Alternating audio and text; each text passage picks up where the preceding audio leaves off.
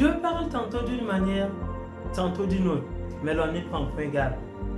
En avril 2018, alors que tout semblait être beau fixe, pas de ciel orageux, pas de nuages en vue, Pasteur Corinne du ministère des 437 nous interpellait dans l'un de ses messages avec pour thème « N'attendons pas la tempête ».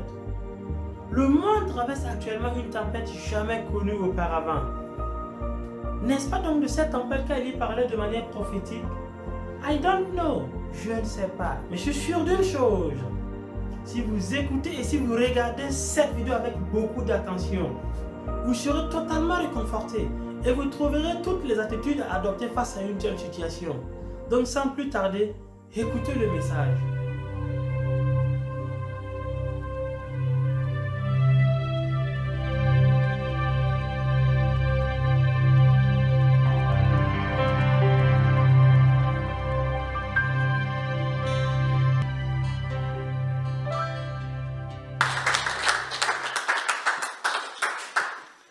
Bonjour, bonjour. Vous êtes encore là?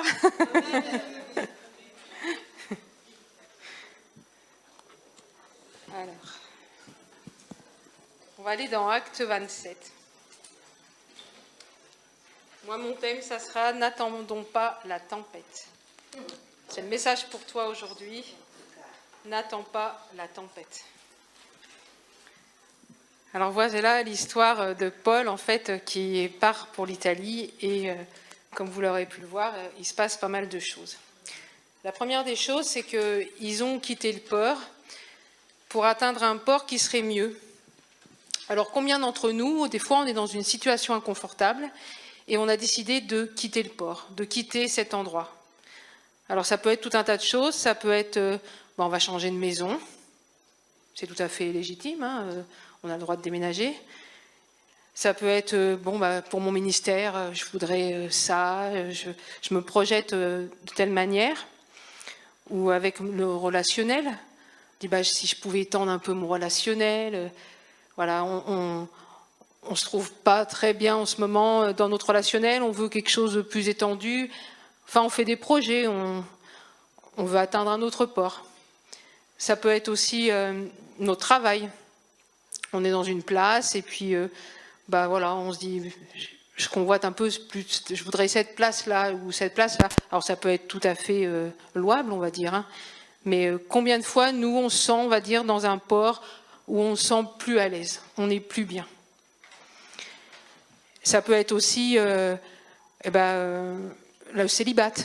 On est célibataire et puis on en a marre, c'est légitime. Mais on se dit, je me projette et je voudrais... j'aimerais tel mari, j'aimerais avoir un mari comme ça et tout ça. Et on peut se mettre dans une relation parce qu'on a vraiment cette solitude dans notre cœur et on se dit, je me lance dans cette relation pour plus être seule. Donc voilà, un petit peu comme dans ce qui se passe, là, ils sont dans un port inconfortable. Donc des fois, nous, on est dans un port inconfortable. Et puis voilà Paul qui leur dit, si jamais on part, et ça ne sera pas sans dommage. Donc on peut dire, Paul a reçu une parole de Dieu, ou on peut dire, c'était quelqu'un de sage, tout simplement, il connaissait aussi la mer, il avait vu que la mer n'était pas très facile à naviguer. Et donc pour lui, cette parole de sagesse, c'était de dire, faut, pour le moment, si on part, c'est dangereux, quoi. Et donc Dieu, des fois, il va nous dire, non, tu vois, ce projecta, moi c'est pas mon... Si tu fais ça, tu pars à la cata. Et puis des fois, on prie, on dit, Seigneur, je veux changer d'emploi, Seigneur, je veux vivre autre chose, Seigneur, je veux que mon ministère grandisse, donc je vais partir en Afrique, Seigneur, je veux ci, je veux là. Et puis, on est vraiment motivé, et puis Dieu ne répond pas. Mais c'est une réponse. On n'est pas d'accord, mais c'est une réponse de Dieu. Donc Dieu nous a parlé. Et alors, à un moment donné, au verset 13, vous pouvez lire qu'il est dit « se croyant maîtres de leur dessein ».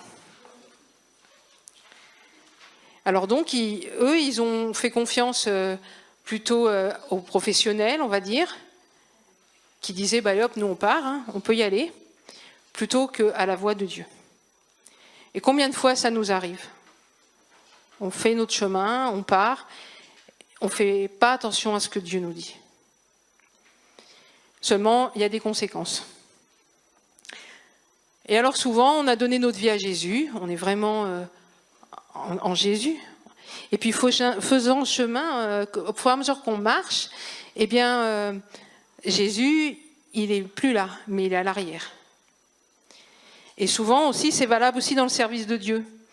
On est appelé à faire des choses, alors parce que les choses qu'on va faire, même les choses dans lesquelles le port on est, et vers celui vers qui on veut se diriger, eh bien, ça peut être quelque chose de louable.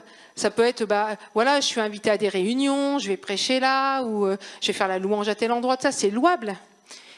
Mais pourtant, ce n'est pas ce que Dieu vous demande. Peut-être que c'est ce que Dieu veut. Et là, il faut y aller. Mais des fois, Dieu va dire non. Il faut savoir l'écouter, même si c'est pour faire quelque chose qui est bon, qui vous semble bon. Donc souvent, on a pris des décisions, on a changé de direction sans avoir pris le temps d'être à l'écoute de Dieu, sans avoir eu son approbation sur notre cœur. Alors combien de fois on a agi ainsi? Je vous laisse réfléchir.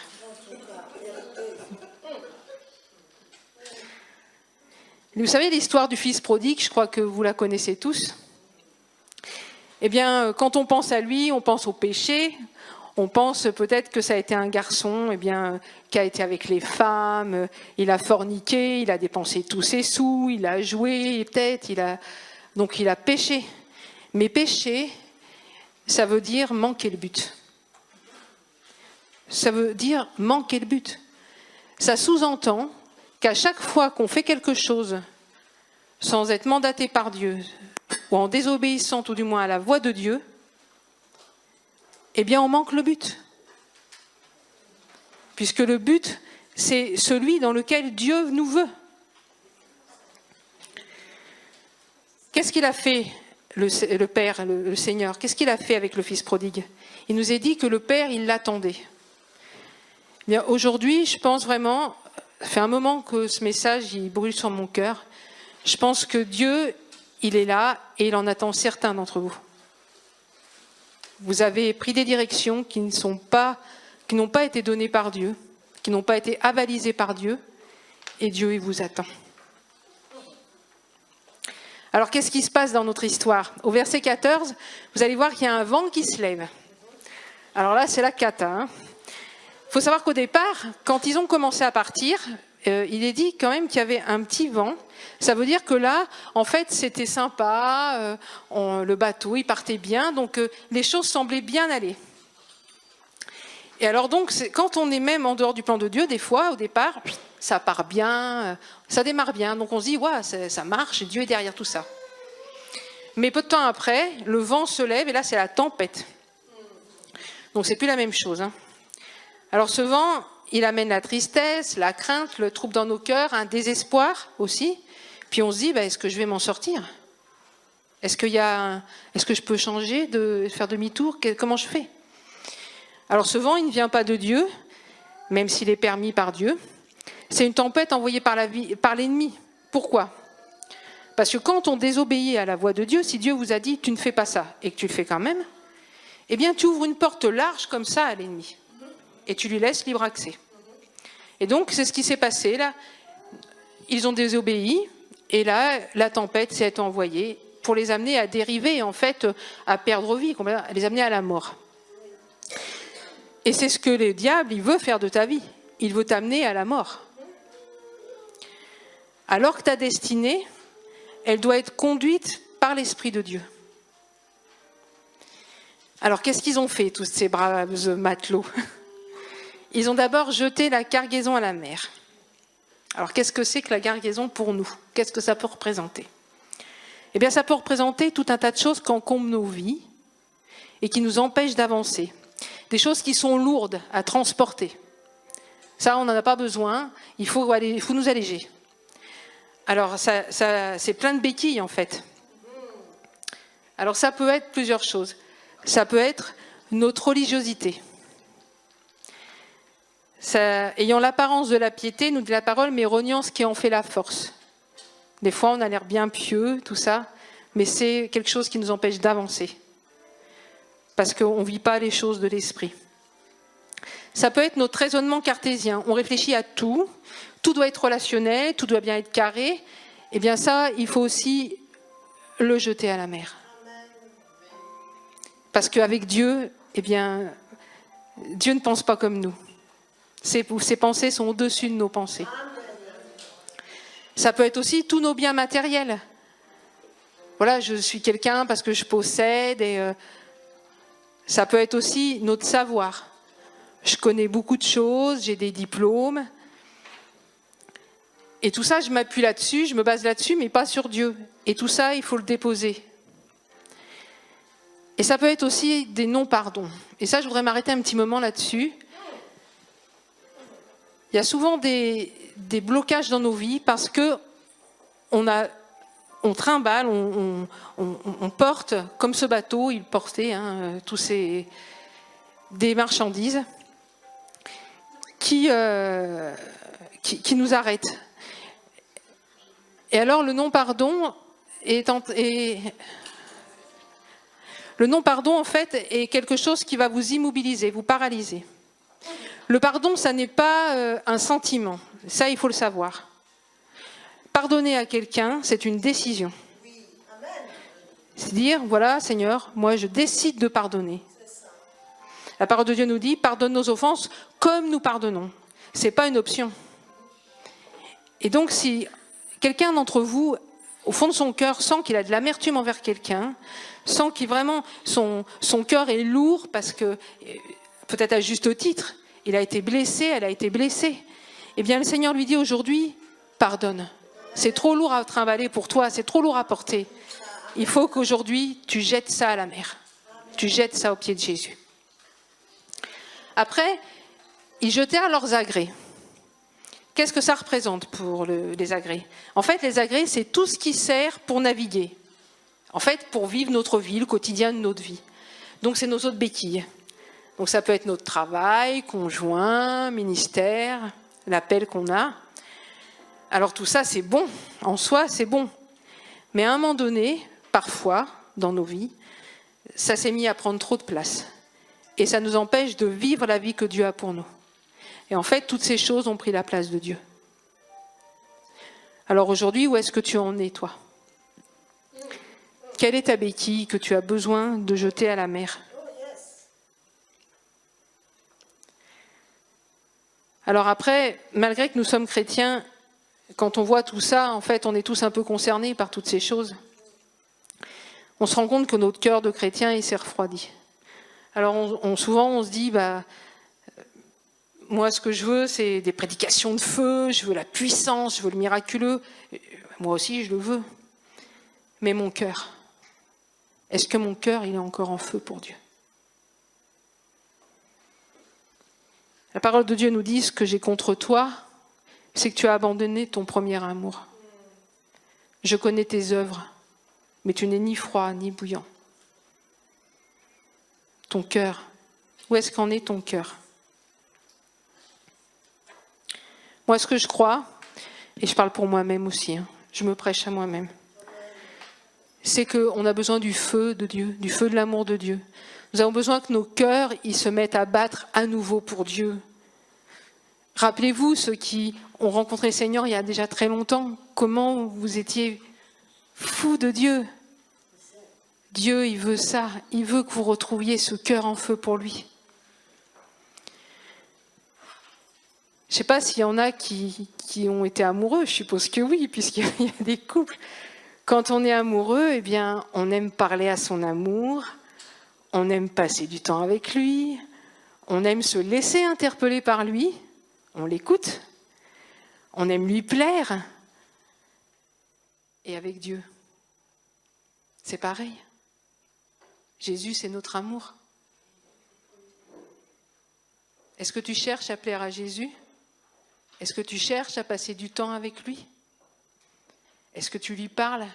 Es-tu encore amoureux, amoureuse de Jésus? Je vous laisse répondre dans votre cœur. Alors des fois, c'est vrai que toutes ces choses dont on a parlé, il y a des choses qui sont légitimes, mais qui à force prennent trop de place. Des fois, lâcher tout ça, ça nous semble dur. Parce qu'en fait, c'est un peu comme une mort à nous-mêmes.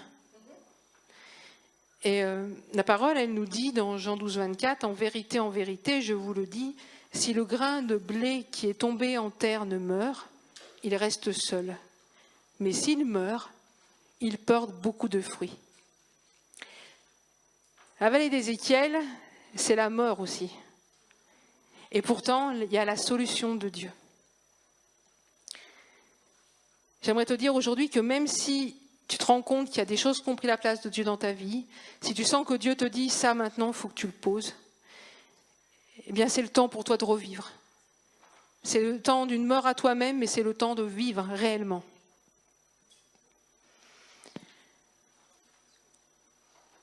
Après, on voit dans notre texte que, eh bien, malgré tout, Dieu est vraiment fidèle parce qu'il reparle. Il y a un ange qui apparaît à Paul et qui lui parle, qui le rassure. Même quand on a fait des erreurs, même quand on n'a pas suivi le bon parcours, eh bien Dieu, il est encore là. Et il veut encore aujourd'hui te donner une parole d'espérance. Il veut te dire encore, eh bien ne crains pas. Alors écoute-le aujourd'hui te parler. Et si tu entends sa voix, la parole de Dieu nous dit, n'endurcis pas ton cœur. C'est vraiment un cri que je lance. N'endurcissez pas votre cœur. Peut-être que tu te dis, bah ouais, mais moi je suis dans un désert et je tourne en rond, je vois pas, je sors pas de ce désert. Mais la parole nous dit aussi dans Osée que voilà, je veux l'attirer et la conduire au désert et je parlerai à son cœur. Aujourd'hui, le Seigneur, il veut parler à ton cœur.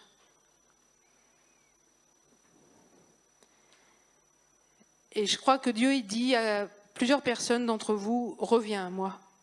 Je t'aime, si tu savais comme je t'aime. Dans Jérémie 5, il nous est dit, avant même que tu sois dans le ventre de ta mère, je t'avais consacré. Et nous pourrions dire aussi, je t'avais choisi. Je t'avais aimé. J'avais des projets, moi, pour ta vie. Qu'est-ce que tu as fait? J'ai des projets pour ta vie, reviens. Malgré tout, on voit après que, eh bien, il y a les matelots, ils ont peur et puis ils veulent prendre la chaloupe. Ils veulent dire, bah, comme ça, si on prend la chaloupe, on va sauver nos vies, quoi. Ils ne croient pas encore à la parole de Dieu. Et alors, on est un peu pareil, nous. Des fois, on a une pièce de rechange. Alors, on dit, bah, j'ai mon bas de laine. Ça peut être utile.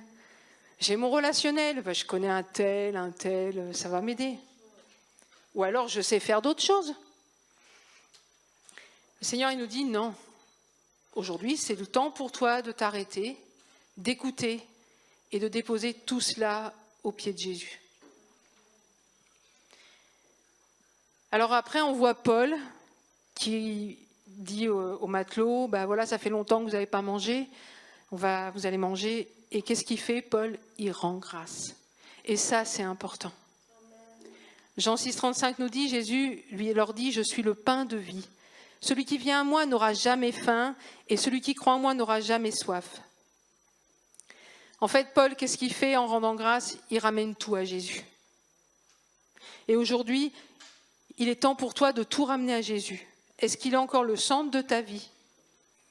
Reviens à la croix et reviens à Christ. Et as-tu faim du Seigneur? As-tu soif de lui? Ils ont encore fait une chose, ils ont jeté le blé à la mer.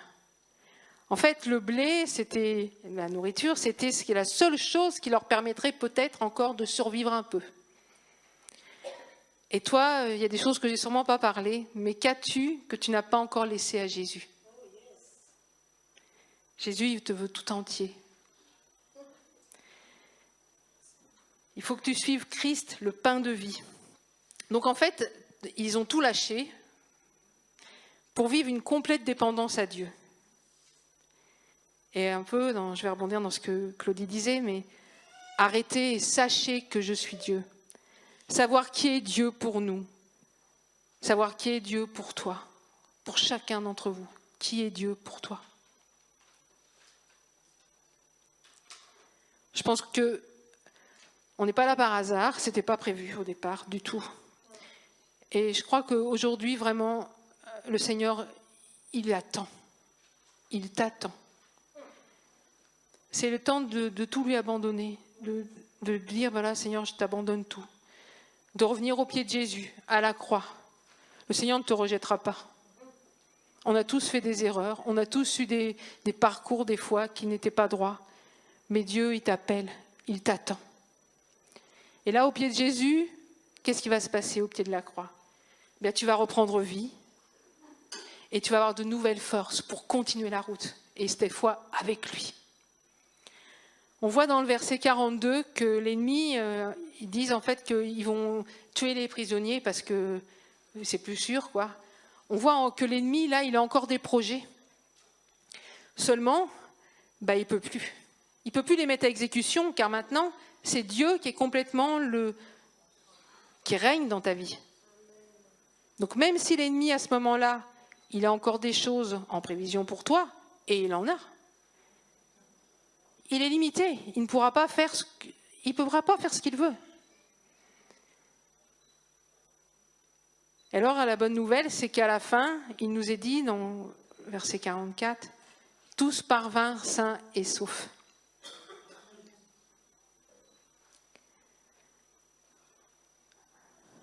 Donc, tu as fait fausse route, peut-être simplement parce que tu en avais marre d'une situation, donc tu t'es lancé dans quelque chose. Peut-être parce que tu en as fait qu'à ta tête aussi. Tu as décidé de ne pas écouter les conseils de sagesse, peut-être des frères et sœurs. Peut-être qui venaient de Dieu, bien sûr. Peut-être tu n'as pas écouté directement la voix. Vous savez, cette petite alarme-là, qui, quand on commence à faire quelque chose qui ne va pas, qui vous dit « Hé !» Je suis sûre que vous la connaissez, mais des fois, on ne écoute pas trop. Aujourd'hui, c'est vraiment le temps de tout déposer à Dieu et de dire maintenant, Seigneur, aujourd'hui, je reviens à toi.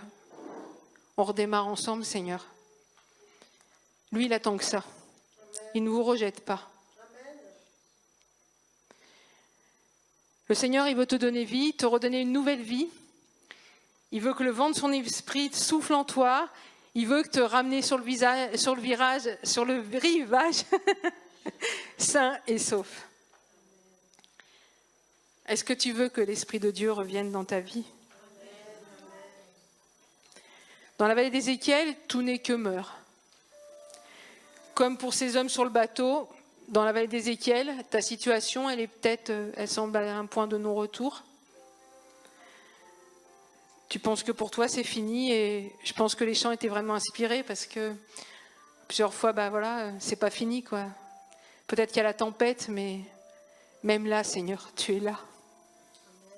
C'est aujourd'hui que le miracle de Dieu va avoir lieu pour toi. Alléluia. C'est dans cette situation-là, justement, que le Seigneur va se glorifier. C'est là que Dieu va te redonner vie.